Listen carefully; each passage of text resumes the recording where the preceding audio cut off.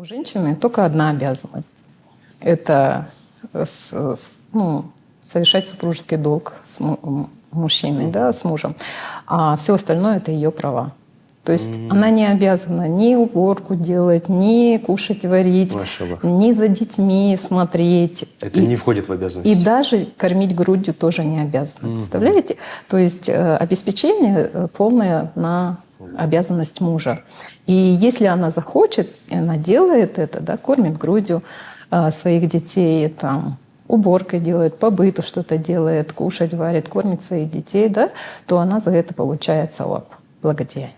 И это делает она по своей просто воле, да? По своей воле, желанию, но да? она не, именно по исламу она это не обязана. Ну, вы знаете, для меня сейчас это было открытием, да, я понимаю. Когда женщина беременеет, то каждый ее день равен, как будто бы она весь день постилась и целую ночь молилась.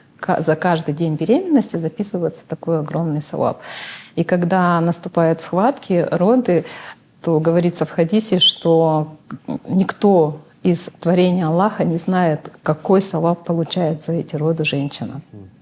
И потом, когда ребенок рождается, за каждую каплю молока женщина тоже получает савап.